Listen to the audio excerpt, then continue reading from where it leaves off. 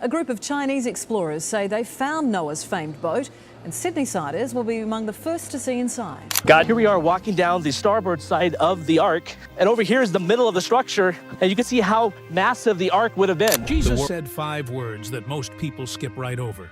5 words buried in Matthew chapter 24, as in the days of Noah. He wasn't talking about the past. He was talking about the future, our future. He said the world before his return would look exactly like the world before the flood. The same corruption, the same violence, the same blindness. And now, buried in a mountainside in eastern Turkey, researchers may have found the physical proof that Noah's flood actually happened. A 515-foot structure matching the Bible's exact measurements. Petrified wood, metal fragments. Animals remain sealed inside for thousands of years. The ark isn't just history, it's a warning, and everything it points to is happening right now. Let's go back to where this all started. 1959. A Turkish Air Force pilot named İlhan Durupinar was doing routine work on reviewing aerial photographs, scanning the terrain around Mount Ararat, the same mountain mentioned in Genesis. Before we continue, don't forget to subscribe to our channel for more awe-inspiring stories of faith, survival, and miracles. Genesis, the same place where the Bible says Noah's Ark came to rest after the flood. He wasn't looking for anything unusual, but then he saw it, a shape in the earth, massive, buried in mud and rock on the side of the mountain. It wasn't random, it wasn't scattered, it was symmetrical. It curved at one end like a pointed bow. It rounded at the other like a stern. It looked exactly like a ship, not just any ship. When they measured it, the shape stretched roughly 515 feet long. That number matters.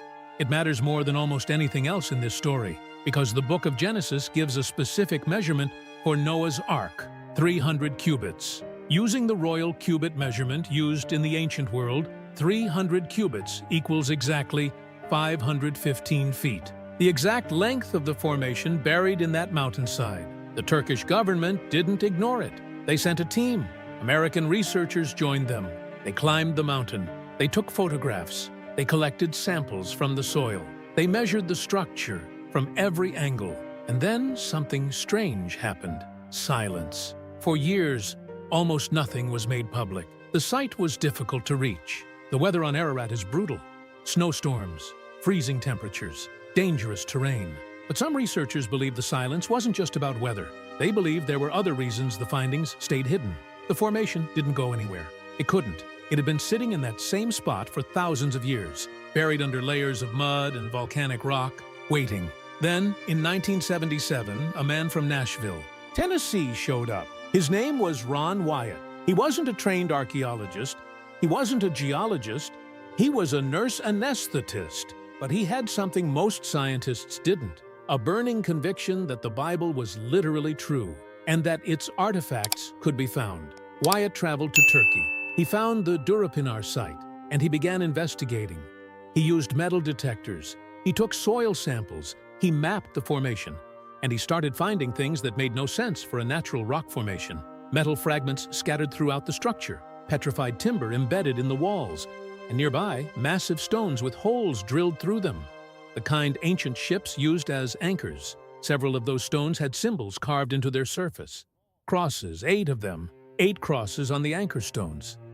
The Bible says 8 people were on the ark: Noah, his wife, 3 sons, 3 daughters-in-law, 8. But that wasn't the part that shook the scientific community. What Wyatt claimed to find inside the structure would spark a debate that still hasn't been settled.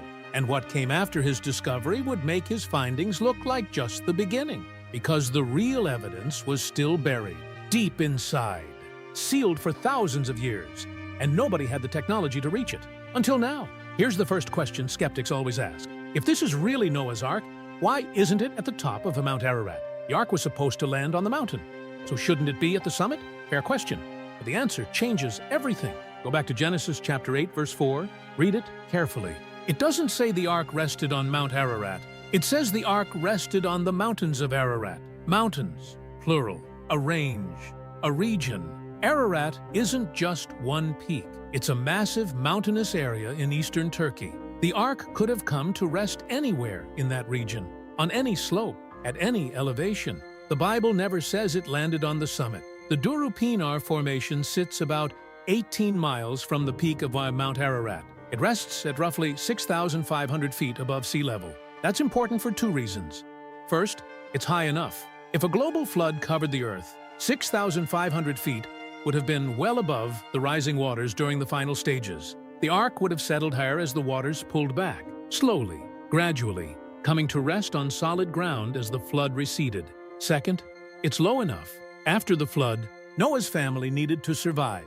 They needed access to lower ground, to vegetation, to fresh water. Landing at 6,500 feet gives them a path downward, a starting point for rebuilding. The summit of Ararat sits above 16,000 feet. Frozen, barren, nothing grows there. No animals could survive. No family could start over. It would be the worst possible place for the Ark to land. But 6,500 feet? That makes sense. That's livable. That's strategic. Almost as if the landing spot was chosen on purpose. Now, let's talk about the shape. Look at aerial photographs of the Durupinar Formation. What you see is unmistakable. A pointed bow at one end, a rounded stern at the other, two symmetrical sides running the full length. It looks like a ship. Not vaguely, not if you squint. It looks exactly like a massive ancient vessel viewed from above. Skeptics say it's erosion, a trick of nature. Wind and water carving rock into a shape that happens to resemble a boat. But here's the problem with that explanation. The formation isn't just shaped like a boat. It's shaped like a boat, with the exact proportions described in an ancient text written thousands of years ago. Genesis chapter 6, verse 15. God gives Noah the dimensions, 300 cubits long, 50 cubits wide, 30 cubits high. That's a ratio of 30 to 5 to 3. Modern ship designers analyzed that ratio. They fed it into computer simulations. They tested it against massive waves, against violent storms, against the worst ocean conditions imaginable. The result stopped them cold. The 32:5 to 3 ratio is nearly perfect for stability on open water. A vessel built to those proportions would resist capsizing in almost any storm. It would ride waves without flipping. It would stay upright even in catastrophic conditions. Ancient people didn't have computer simulations, they didn't have wave tanks or naval engineering software. So how did they arrive at a ratio that modern science confirms is ideal? Unless someone told them. Someone who understood physics. Someone who designed the ocean itself. Now, let's do the math on length. A standard cubit measures about 18 inches. 300 cubits equals 450 feet. The Durupinar Formation measures between 500 and 515 feet. That's close, but not exactly. Here's where it gets interesting. The standard cubit wasn't the only cubit used in the ancient world. There was another measurement, the royal cubit, used in Egypt, used in Mesopotamia, used across the ancient Near East. The royal cubit measured about 20.6 inches. 300 royal cubits equals 515 feet, the exact length of the Durupinar Formation. Not close, not approximate. Exactly. A boat-shaped formation on a mountain range mentioned in the Bible, at an elevation consistent with a receding flood, with proportions that match the biblical blueprint, and a length that equals the biblical measurement to the foot. Natural formations don't do this. Erosion doesn't carve perfect naval proportions. Wind doesn't sculpt structures that match ancient texts down to the inch. Something else does. Construction, design, engineering. Someone built this. But dimensions and shape are just the outside. They're just what you can see from the air. The real evidence isn't on the surface, it's underneath. And what researchers found beneath that mountainside raised questions that nobody could answer. At least not until they looked inside. For decades, researchers could only study the outside of the Durupinar Formation, the shape, the measurements, the surface features. They could look at it, photograph it, measure it, but they couldn't get inside. The structure is buried under thousands of years of accumulated mud, volcanic debris, and hardened sediment. Time itself had sealed it shut. Whatever was inside had been locked away for millennia. Then technology caught up. In 1985, researchers brought ground-penetrating radar to the site. This isn't some experimental gadget. It's the same technology used by governments to find buried structures, by engineers to map underground utilities, by forensic teams to locate things hidden beneath the surface. It works by sending radar waves into the ground. Those waves bounce back differently depending on what they hit. Solid rock creates one signal. Empty space creates another. Metal creates another. Wood creates another. Each material has a signature, a fingerprint. The radar was aimed at the Durupinar formation. The waves penetrated the surface. They traveled through the mud and sediment. They hit something, and the signals that came back changed everything. The scans revealed a pattern beneath the surface. Not random, not chaotic. Organized, repeating, symmetrical. Walls running the length of the formation, parallel to each other, evenly spaced. Chambers, rectangular spaces arranged in rows, separated by those walls, like compartments, like rooms, like individual enclosures designed to hold something. On both sides of the formation, the pattern mirrored itself. The left side matched the right, perfectly, symmetrically, the way a builder would design a vessel, the way an engineer would balance a ship so it floats level on water. Nature doesn't create perfect symmetry. Rivers carve random channels. Erosion creates irregular shapes. Geological forces produce chaos, not order. But builders create symmetry. Architects create balance. Engineers create patterns. The radar showed the work of hands, not the work of weather. Genesis chapter 6, verse 14. God tells Noah to make rooms inside the ark. The Hebrew word is chinim. It means nests, compartments, individual spaces for individual animals. The radar showed exactly that. Rows of compartments running the length of the structure, separated by internal walls, organized for a purpose. But the radar was just the first tool. What came next went deeper. Soil samples were collected from inside and around the formation, not by Wyatt, by independent researchers. Scientists with no religious agenda, no connection to any church or ministry. They collected the samples. They sent them to laboratories for analysis. Multiple laboratories, independent testing. The results came back identical from each lab. The soil contained carbon, the kind produced when organic material like wood decays over long periods. The concentration was far higher inside the formation than in the surrounding natural rock. Something organic had been there, something that rotted, something that broke down over centuries. Wood. The samples also contained iron, not trace amounts, significant concentrations, far higher than the surrounding terrain. Iron in quantities that don't occur naturally in that type of geological formation. But there was something else in the soil, something unexpected, something that raised questions nobody could easily answer. Manganese dioxide. That compound has a very specific use in the ancient world. It was used in early metalworking, Bronze Age smelting, the production of metal tools and fasteners. The same compound found at ancient forge sites across the Near East. The biblical flood would have occurred somewhere between 3000 and 5000 BC. That places it squarely in the Bronze Age, a time when humans worked with metal, a time when someone with enough knowledge and resources could build a massive vessel held together with metal fasteners. The soil told a story: carbon from wood, iron from metal, manganese from metalworking, all found inside a boat-shaped formation on a mountainside in Turkey. Critics pushed back hard. They said the samples were contaminated. They said natural processes could explain the results. They demanded more evidence. So more evidence came.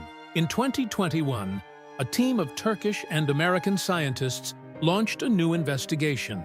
They brought modern technology, advanced carbon dating, 3D imaging, deep core drilling equipment. Their mission was straightforward: settle this once and for all. Is the Durupinar Formation natural geology, or is it something else? They drilled into the formation, deep, past the surface layers, past the mud and debris that had accumulated over thousands of years. They extracted core samples from sediment that hadn't been exposed to air since before recorded history. The samples were analyzed. The results were published in scientific journals. What they found confirmed what the earlier researchers had suspected: evidence of human activity, dating back to approximately 5000 BC, the same time frame as the biblical flood. But that wasn't the headline. The core samples contained marine materials, seashells, ocean sediment, the kind of material that can only be deposited by large volumes of salt water. At 6,500 feet above sea level, on a mountainside, in the middle of Turkey, hundreds of miles from the nearest ocean, seashells don't climb mountains. Ocean sediment doesn't drift uphill. There is only one force that puts marine material at that elevation: water. Massive amounts of water, covering everything, rising higher than the mountains themselves. The Turkish government had been watching these developments for years.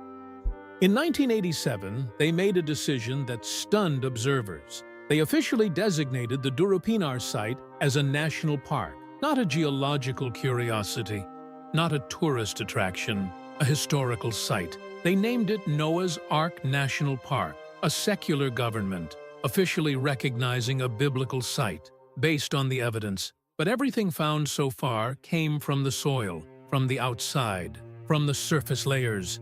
The real secrets were still buried inside the formation itself, in the walls, in the sealed chambers, in material that had been locked away for thousands of years. And when researchers finally extracted samples from deep inside those walls, they found something that would make the soil evidence look minor by comparison.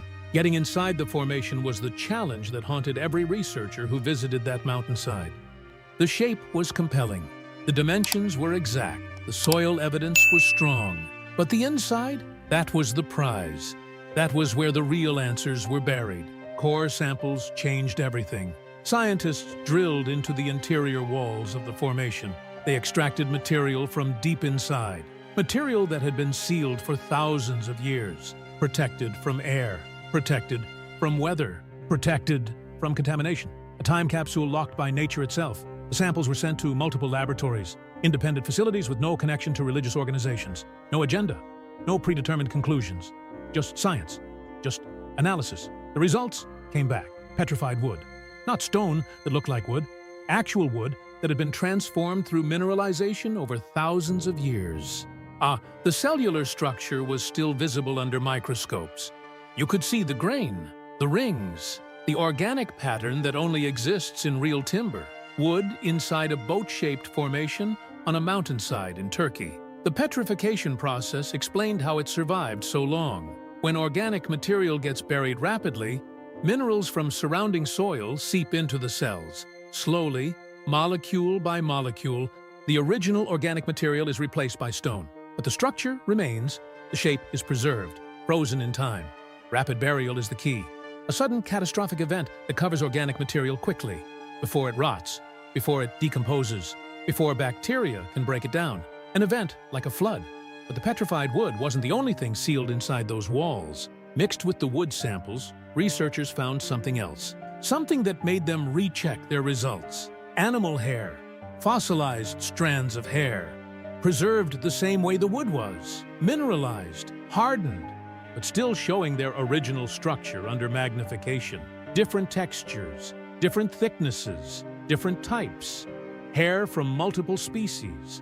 As if many different kinds of animals had lived in close quarters, in the same structure, at the same time, shedding, leaving traces of themselves in the material around them. Hair from different species, inside a sealed formation, on a mountainside. Critics had objections. How could hair survive that long? How could something so fragile be preserved inside rock? The answer is the same process that preserved the wood. Rapid burial, mineral replacement, petrification.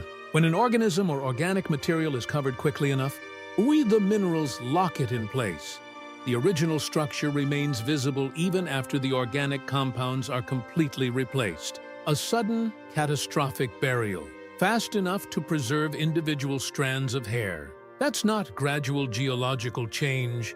That's a disaster, a rapid event that sealed everything in place before it could decompose. And there was more. Researchers also found fossilized dung inside the formation, animal waste, the kind produced by large mammals, mixed with the wood, sealed in the walls, as if animals had lived inside this structure, eaten inside it, produced waste inside it for an extended period of time.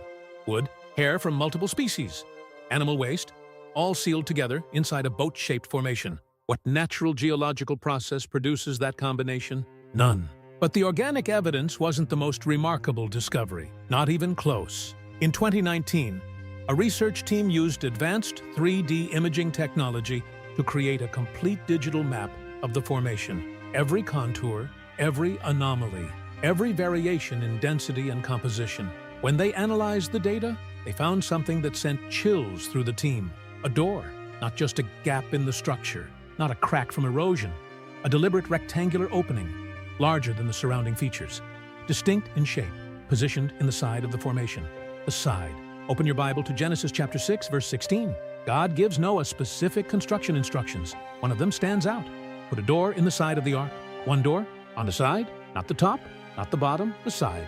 The 3D imaging revealed a rectangular anomaly in the side of the formation. Its dimensions matched what you'd expect from a large doorway, big enough for animals to pass through, big enough for a family to enter. One door, on the side, exactly where the Bible says it should be. But that wasn't the only thing found outside the main formation. Scattered down the mountainside below the structure, researchers discovered massive stones, huge rocks with holes drilled through them.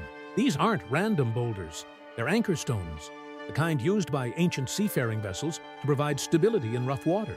Heavy stones attached to the ship by ropes, dragged beneath the surface to keep the vessel steady. Standard technology in the ancient maritime world. Several of these anchor stones had symbols carved into them, crosses. 8 crosses on multiple stones. 8. The exact number of people the Bible says boarded the ark. Noah, his wife, his 3 sons, their 3 wives, 8 souls. The stones were found trailing down the slope below the formation, as if they had been released, cut loose, dropped as the ship settled into its final position. Exactly how ancient sailors would release anchor stones when they were no longer needed. And there they remained for thousands of years, marking the path. But the anchor stones pointed to something else, something further up the slope, near the formation itself. Researchers found a stone structure built from local rock. It wasn't natural. It was constructed, deliberately assembled, shaped like an altar near the ark. Genesis chapter 8, verse 20. After the floodwaters receded and Noah left the ark, the first thing he did was build an altar. He offered sacrifices to God, burnt offerings, animals given in gratitude for survival. The stone structure sits within sight of the Durupinar formation, on high ground, facing upward. Inside it, researchers found ash, charcoal, the residue of ancient fires, and mixed with the ash, they found animal bones, burnt bones, the remains of sacrificed animals, an altar with burnt animal bones near a boat-shaped formation. On the mountains of Ararat, every detail aligns. The wood, the hair, the dung, the door, the anchor stones, the altar, the bones. Every piece points the same direction. Every discovery confirms the same story. But the next discovery would go beyond confirmation. It would challenge something much bigger. Something the entire scientific establishment has accepted as fact for over a century. Because deep in those sediment layers, buried alongside the petrified wood and fossilized hair, researchers found bones that didn't belong to any animal alive today. Bones that belonged to creatures we were told vanished from the earth 65 million years ago. Dinosaur fossils, found near the remains of a structure that matches Noah's Ark. In sediment layers dating back thousands of years, not millions, thousands. Let that land for a moment. Everything we've been taught says dinosaurs disappeared 65 million years ago. A massive asteroid, global devastation. Every dinosaur was wiped out long before humans ever walked the earth. That's the accepted story. The one in every textbook, every museum, every documentary. But what if the timeline is wrong? What if dinosaurs and humans existed at the same time? What if they breathed the same air, walked the same ground? What if some of them were on the ark? Before you dismiss that idea, open the book of Job, chapter 40, verses 15 through 24. God is speaking, not a prophet, not a scribe, God himself. And he's describing a creature to Job, a creature called Behemoth. Listen to what God says. Look at Behemoth, which I made along with you. Stop right there. Along with you, at the same time, coexisted. God made this creature and humans together, in the same era. The description continues. It eats grass like an ox, a herbivore, massive, grazing. Look at the strength in its loins, the power in its belly muscles. Raw physical power, enormous. Then comes the detail that changes everything. Its tail sways like a cedar tree. A cedar tree. Cedars are enormous. Thick trunks, powerful branches. Some of the largest trees in the ancient world. What animal alive today has a tail like a cedar? An elephant? No. Elephants have thin rope-like tails. Nothing like a cedar. A hippopotamus? No. Hippos have small, stubby tails. Not even close. A rhinoceros? Definitely not. No animal alive today matches that description, but sauropod dinosaurs do. Brachiosaurus, Apatosaurus. Creatures with tails so massive they looked like tree trunks. Thick, powerful, sweeping back and forth. Exactly like cedar trees. The description goes further. Its bones are tubes of bronze. Its limbs are like rods of iron. Bronze and iron. Symbols of incredible density and strength. Dinosaur bones are famous for exactly that. Dense, heavy, engineered by nature to support creatures weighing tens of tons. It ranks first among the works of God. First, the greatest, the most impressive creature God made. This isn't describing a farm animal. This isn't a hippo or a cow. This is something magnificent, something that would leave a human speechless. A dinosaur. But Behemoth isn't the only mysterious creature in Scripture. There's another one, even more terrifying. Job chapter 41 describes a creature called Leviathan. Can you pull in Leviathan with a fishhook? Can you tie down its tongue with a rope? Untamable, uncatchable. A creature no human could control. Its back has rows of shields tightly sealed together. Each is so close to the next that no air can pass between them. Rows of shields, armor plating, interlocking scales, like the hide of a massive armored reptile. Then the description takes a turn that sounds impossible. Flames stream from its mouth. Sparks of fire shoot out. Smoke pours from its nostrils. Fire from its mouth. A fire-breathing creature. Fantasy? Maybe. Unless you consider what already exists in nature. The bombardier beetle, a small insect that mixes two chemicals inside its body. When combined, they create an explosive reaction. Boiling liquid sprays from the beetle's abdomen at over 200 degrees. A biological weapon, a living flamethrower. If a beetle can produce combustible chemical reactions, what could a much larger creature produce? We've only discovered a fraction of the species that once existed. We don't know everything about ancient biology. We don't know what was possible. Every ancient civilization described these creatures. The Chinese called them dragons. Long serpentine bodies, scales, terrible power. The Europeans described the same thing. Fire-breathing reptiles, armored skin, wings on some. The Middle Eastern cultures had their own versions, different languages, different continents, different centuries. Same creature, thousands of miles apart. No shared trade routes, no cultural exchange. Yet they all carved, painted, and wrote about the same type of animal. They weren't imagining things. They were remembering. Real creatures, real encounters, passed down through generations until the details faded into what we now call mythology. But they weren't myths. They were memories. Now connect this back to Noah's Ark. Genesis chapter 6, verse 19. God's command is clear. Bro, you are to bring into the ark two of all living creatures, male and female, to keep them alive with you. All living creatures, not some, not most, all, every kind, two of each. If dinosaurs existed when Noah lived, they would have been included, no exceptions. God's command covered every kind of animal on Earth. But how? Dinosaurs were enormous. How could they fit on a boat, even a massive one? The answer is simpler than you'd expect. Noah didn't need full-grown adults. He needed young ones, juveniles. A baby sauropod is small enough to manage. It would grow after the flood. Reproduce? Fill the earth again? That's the whole point. Survival and continuation. God brought the animals to Noah. Genesis chapter 7, verse 9 says, they came to him, 2 by 2. God selected them, God directed them. He would have sent young, healthy animals. Not massive adults that would consume all the food and take up all the space. The ark had 3 decks, over 100,000 square feet of floor space. Room for thousands of animals, including young dinosaurs. But if dinosaurs left the ark, why aren't they here now? The world after the flood was different, dramatically different. The climate shifted. Many scientists believe an ice age followed.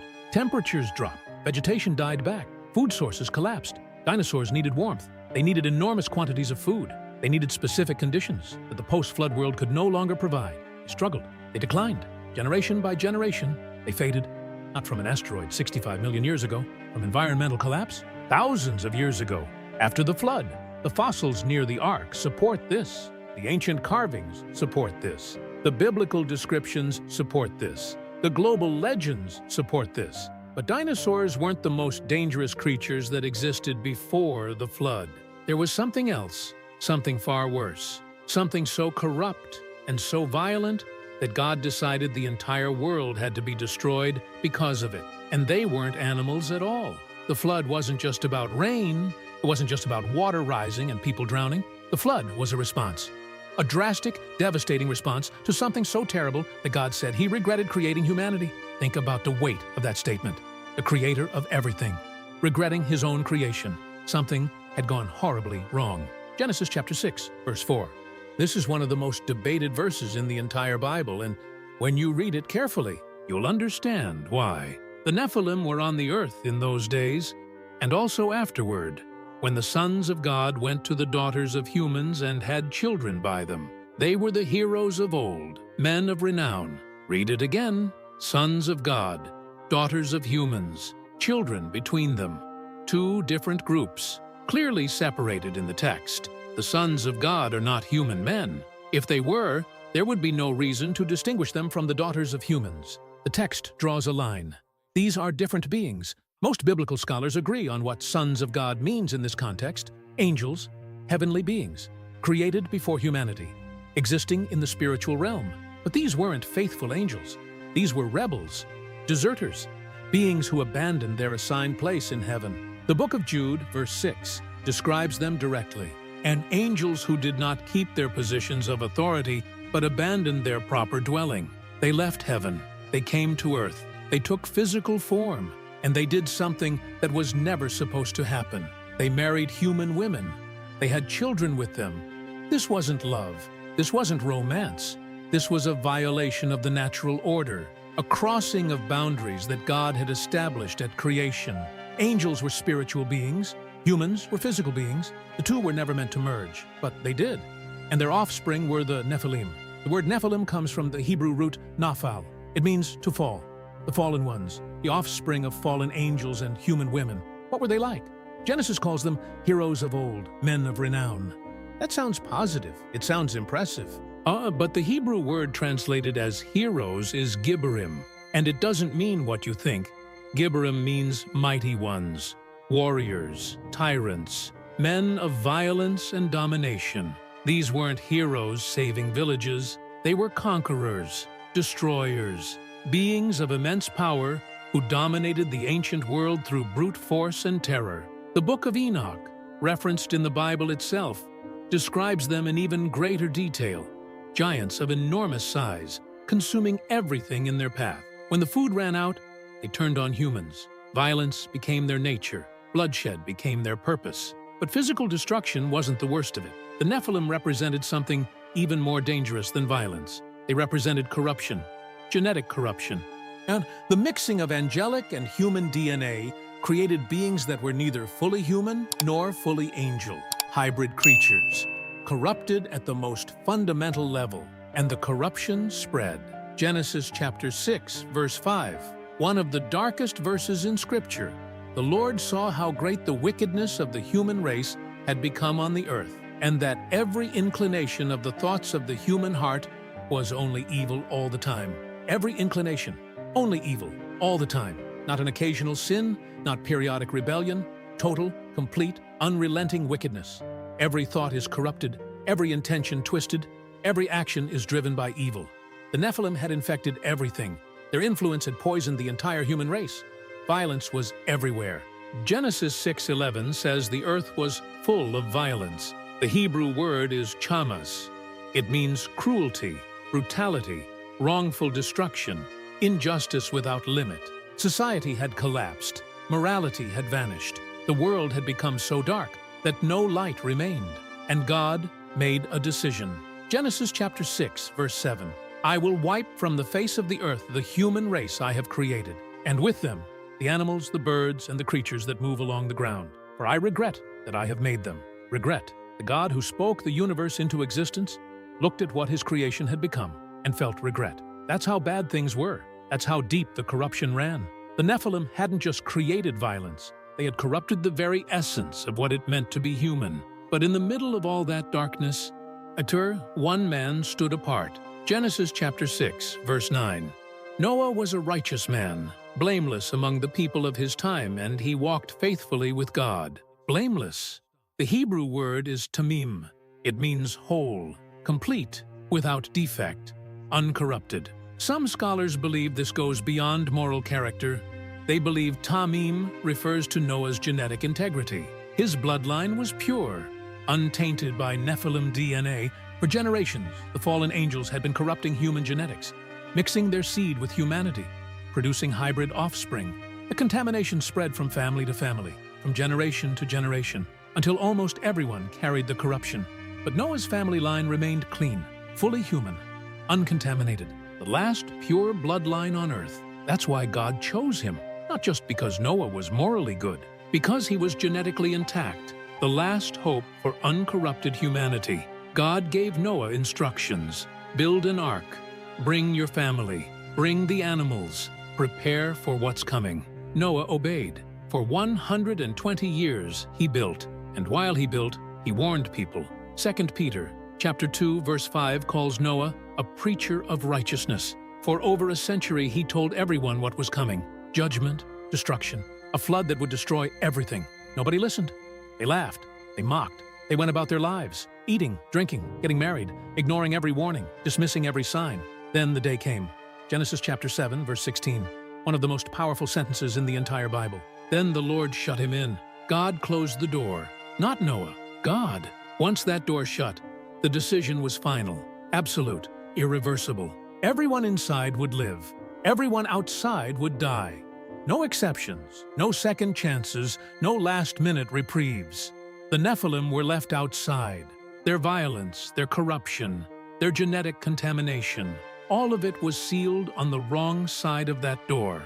The flood came, and everything outside the ark was destroyed. But here's the disturbing part, the part that keeps scholars awake at night. The Nephilim story doesn't end with the flood.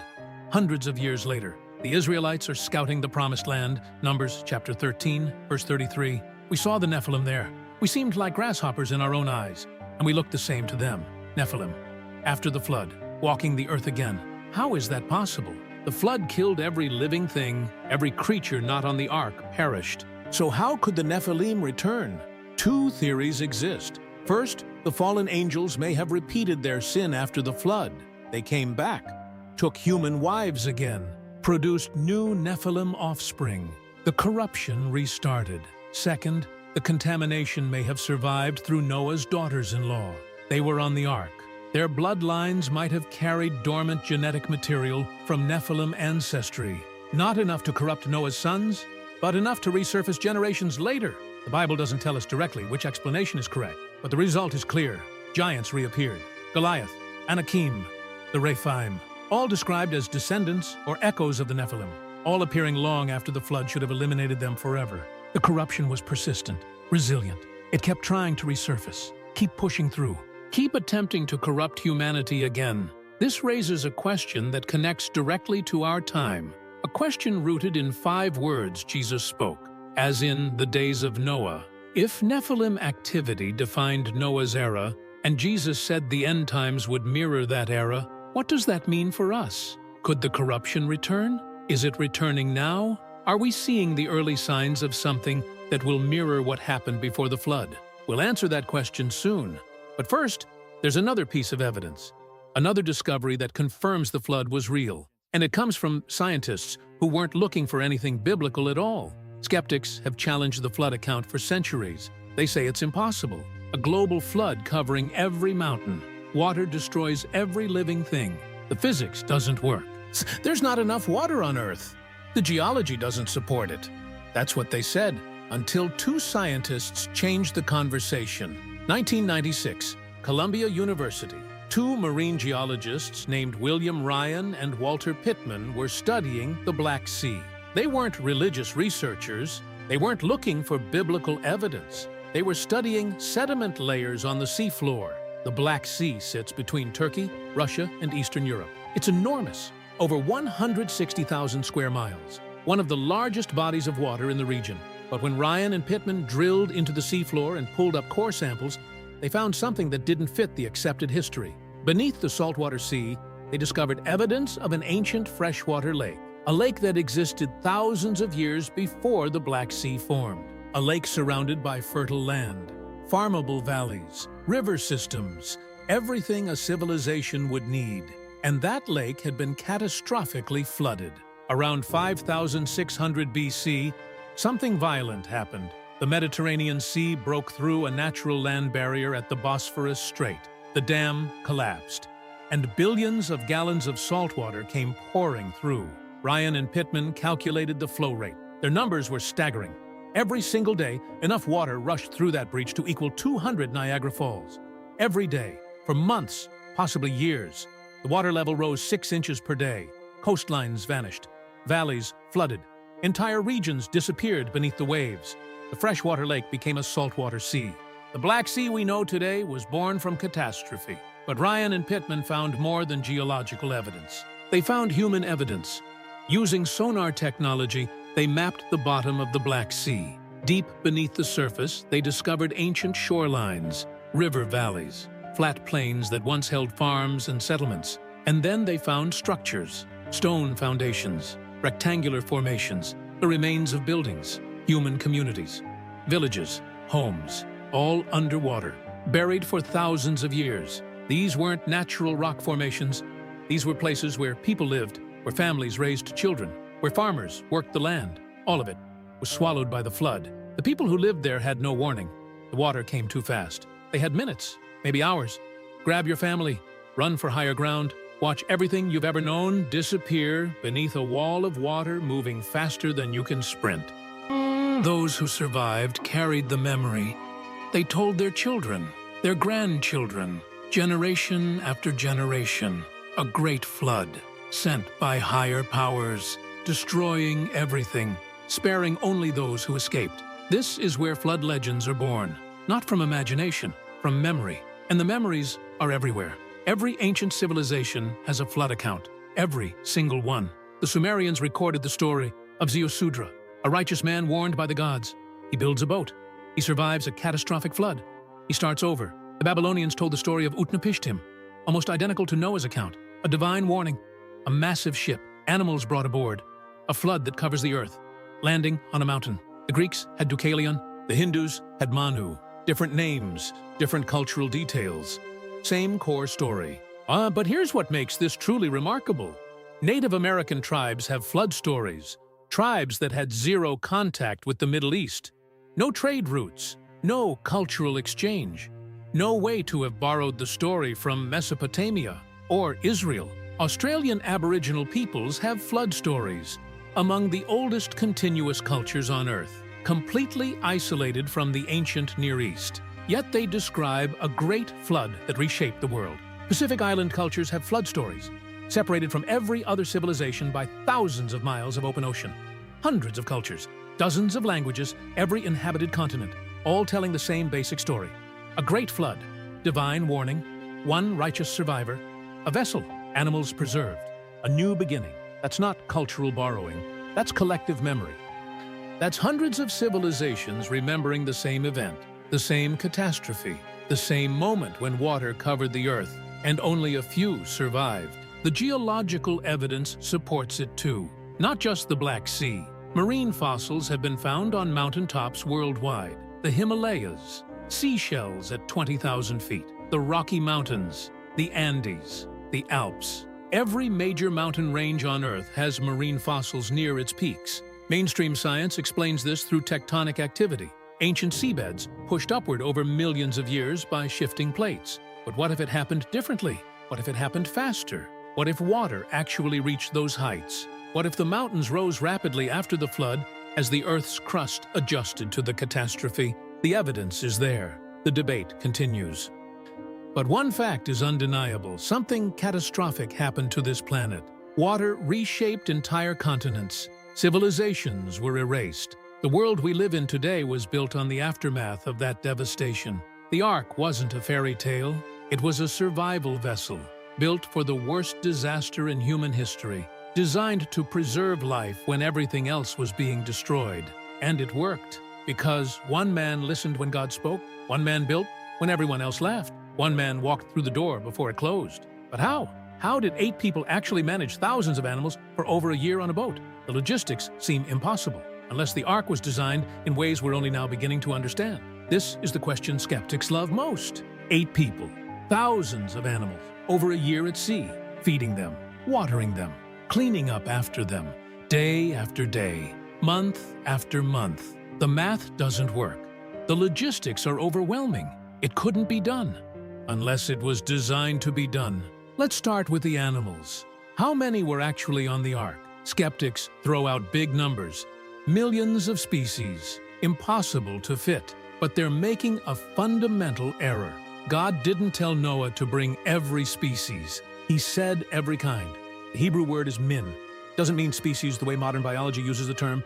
It means a category, a type, family of animals that share common genetics. Dogs, wolves, coyotes, and jackals. One kind, same genetic family. They can interbreed. They share a common ancestor within their kind. Noah needed one pair, not 8. Lions, tigers, leopards, and jaguars. One kind, same family. One pair covers them all. This dramatically reduces the number. Researchers have calculated the total. Depending on the study, the number ranges from about 6,700 to 7,000 animals. Some estimates are a bit higher, some lower, but roughly 7,000 is a reasonable figure. 7,000 animals is manageable. Challenging? Absolutely. Exhausting? Without question. But physically possible, especially when you consider the space. The ark was massive.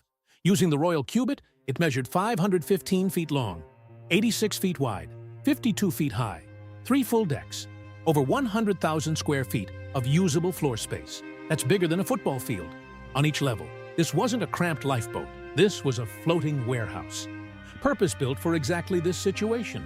Room for animals, room for food storage, room for water collection, room for waste management, room for the 8 humans who managed it all. But space alone doesn't solve the problem.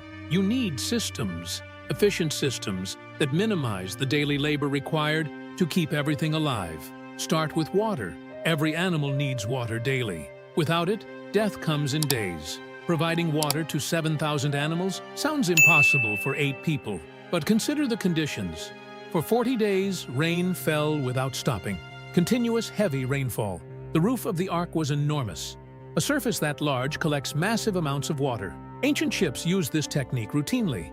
Sails and tarps directed rainwater into barrels. Simple, effective. The ark's roof could have funneled water into collection reservoirs built into the upper deck. Distribution is the next challenge. You can't carry buckets to 7,000 animals every day. No, not with 8 people. Ancient engineers understood gravity-fed water systems, hollowed wood, bamboo channels, simple pipes that move water downhill without any mechanical parts, reservoirs on the upper deck, channels running down to the lower levels. Each enclosure is fitted with a basic water trough that fills slowly through a drip system. Not automated in the modern sense, but efficient. Designed to minimize human labor. Same principle applies to food. Most animals can survive on dried food. Grains, hay, dried fruits, preserved vegetation. These foods are compact. They resist spoiling. They store easily in bulk quantities. The ark had enormous storage capacity.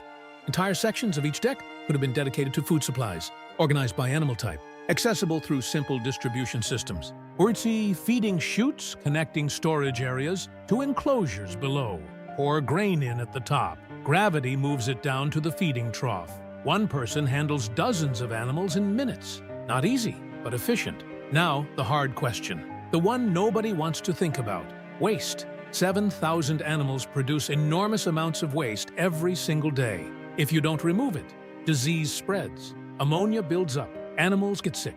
The whole operation collapses. How did 8 people handle that volume of waste? Ancient farmers had been managing animal waste for generations. They knew the techniques. Sloped floors that direct waste toward the collection points. Slatted surfaces that let waste fall through to a lower level. Drainage channels that funnel everything to a central location.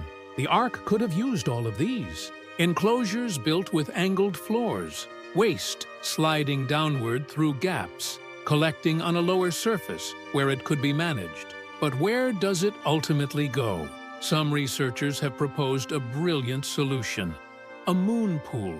A moon pool is an opening in the bottom of a ship that connects to the water below. Because of the way air pressure works inside a sealed hull, the water doesn't rush in and flood the vessel. The opening stays stable. The ark could have had moon pools on the lowest deck. Waste would be pushed or washed toward these openings and dropped directly into the floodwaters below. The ocean becomes the waste disposal system. Unlimited capacity. No buildup inside the ark. Constant removal. Simple, elegant, effective. But sanitation isn't just about waste removal, it's about air quality. Thousands of animals breathing in an enclosed space. Carbon dioxide building up, ammonia from waste creating toxic fumes. Without ventilation, The air becomes poisonous within days. Genesis chapter 6, verse 16 mentions a window, an opening near the top of the ark. But one window couldn't ventilate a space that large. The roof likely had multiple openings, covered sections that could be raised or adjusted, allowing airflow across the upper deck and down through the structure. The moon pools could have contributed here too. Water rising and falling in the openings creates pressure changes, like a giant bellows. Stale air pushed out, fresh air pulled in, passive ventilation. No moving parts, no machinery, just physics. Every problem had a solution. Every challenge was met with practical engineering. And Noah had 120 years to work it out. Think about that. 120 years of preparation. That's not a rushed project. That's more than a lifetime by today's standards. Time to plan, time to test, time to refine every system, time to solve every problem before it happens. God gave the blueprint, the dimensions, the overall design. Noah worked out the engineering, the details, the daily operations. The ark wasn't thrown together by an amateur. It was carefully engineered over more than a century by a man whose survival depended on getting every detail right. And it worked. 8 people, roughly 7,000 animals. Over a year at sea, everyone survived. The ark saved life on Earth. It preserved the future. It carried humanity through the worst catastrophe in history. But the ark wasn't just a boat. It was a message. A prophetic symbol that reaches across thousands of years, directly into our time. And Jesus made absolutely sure we would understand what it means. Everything we've covered so far leads here. The formation on the mountainside, the petrified wood, the radar scans, the fossils, the Nephilim, the global flood evidence, the engineering of the ark itself. All of it is fascinating. All of it points to biblical truth being confirmed by physical evidence. But none of it matters as much as what we're about to discuss, because Jesus Christ himself talked about Noah directly, specifically, not as ancient history, as a prophecy, as a warning about what's coming next. Not what happened then, what's happening now. Matthew chapter 24. The disciples come to Jesus privately. They ask him the question that believers have wondered about for 2,000 years. Tell us, when will these things be? And what will be the sign of your coming and of the end of the age? When is the end coming? What should we watch for? How will we know? Jesus could have answered 1,000 ways. He could have given dates, drawn charts, listed specific political events. Instead, he pointed backward. He pointed to Noah. Matthew chapter 24, verse 37, Jesus speaks directly. As it was in the days of Noah, so it will be at the coming of the Son of Man. As it was, so it will be. The conditions that existed before the flood will exist again before Jesus returns. The same patterns, the same corruption, the same blindness. History repeating itself at the end of the age. This isn't casual conversation. This is prophecy from the mouth of God incarnate. Whatever characterized Noah's world will characterize ours before the end comes. So what characterized Noah's world? Go back to Genesis. Genesis chapter 6, verse 5. The Lord saw how great the wickedness of the human race had become on the earth, and that every inclination of the thoughts of the human heart was only evil all the time. Every inclination, only evil, all the time. Not occasional bad decisions, not periodic moral failures, constant, unrelenting, total wickedness. Every thought is corrupted, every desire twisted, every action is driven by darkness. Genesis chapter 6, verse 11 adds another layer. Now the earth was corrupt in God's sight and was full of violence. The Hebrew word for corrupt is shachath. It means ruined, spoiled, destroyed beyond repair, not damaged. Destroyed, past the point of fixing. The Hebrew word for violence is chamas. It means cruelty, injustice, brutality without restraint, harm done without consequence. A world where morality had completely collapsed, where violence ruled, where evil wasn't hidden or ashamed. It was open, celebrated, normal. Does any of this sound familiar? Look at our world right now. Violence fills our news feeds, our cities, our homes. Cruelty that would have shocked previous generations barely makes headlines anymore. We scroll past it. We're numb to it. Corruption infects institutions we once trusted. Governments, businesses, organizations that were supposed to protect the vulnerable. Scandal after scandal after scandal, and nothing changes. Morality has become a matter of personal opinion. Oh, what every previous generation recognized as wrong is now defended. What was once considered right is now attacked. The definitions have been reversed. The boundaries have been erased. Every inclination of the human heart, only evil, all the time. We're not there yet, not completely, but the direction is unmistakable, and the speed is accelerating.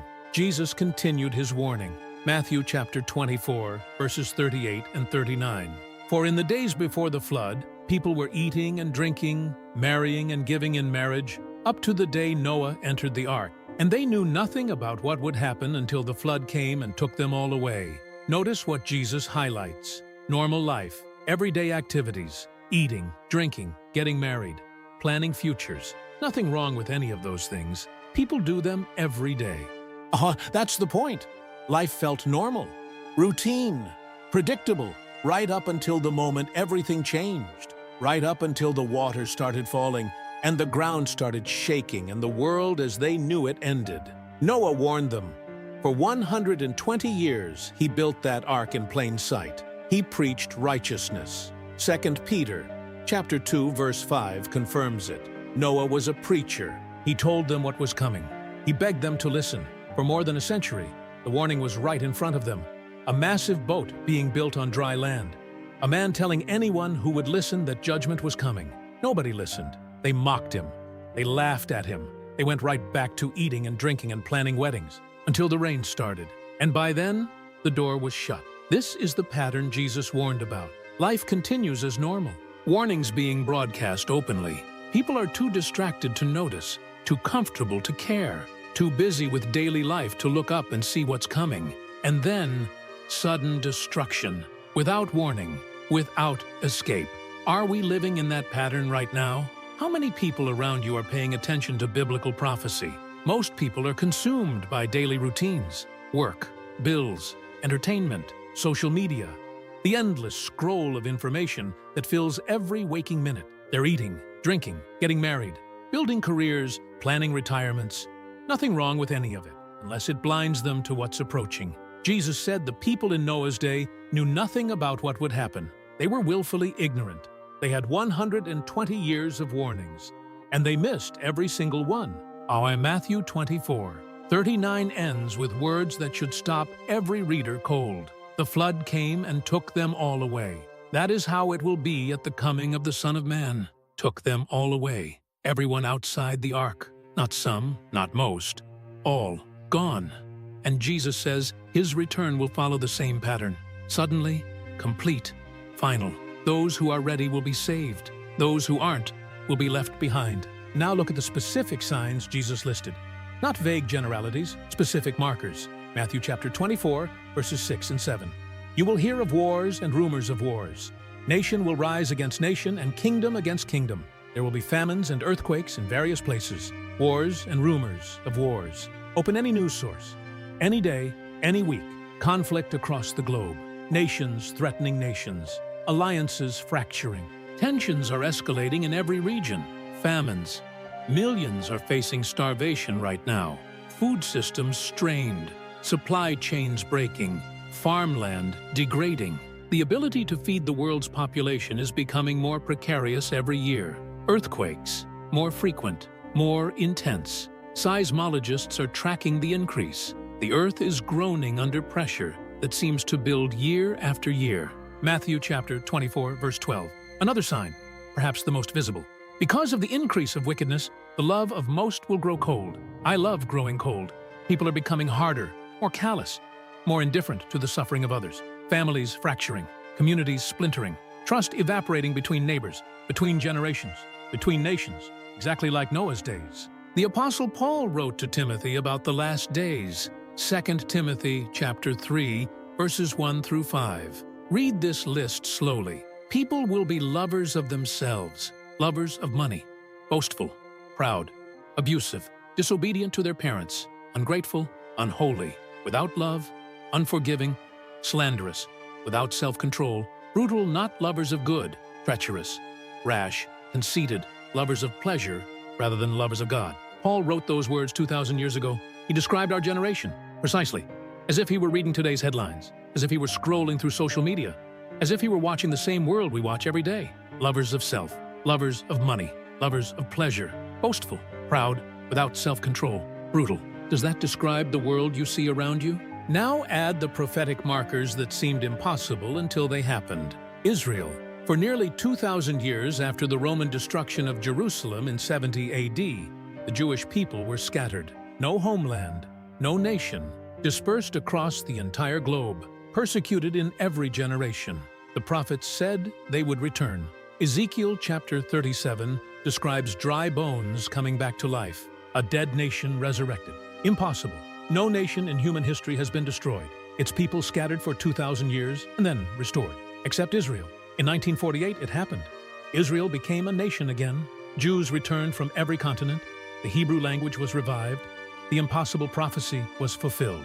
Jesus said in Matthew chapter 24, verses 32 through 34, to watch the fig tree. When its branches become tender, summer is near. Most scholars identify the fig tree as Israel. When Israel is restored, the end is approaching. That happened in our lifetime. Within living memory, the generation that saw it is still alive. But there's another prophecy, one that seemed impossibly specific until right now. Revelation chapter 16, verse 12. The sixth angel poured out his bowl on the great river Euphrates, and its water was dried up. The Euphrates River, one of the oldest rivers in recorded history, flowing through Iraq and Syria, mentioned in Genesis as one of 4 rivers in the Garden of Eden. For thousands of years it flowed strong, reliable, uninterrupted, until now. The Euphrates is drying up, right now, today. As you listen to this, satellite images confirm it. News agencies report it. Drought, upstream dams, climate shifts. The causes are debated, but the result is documented.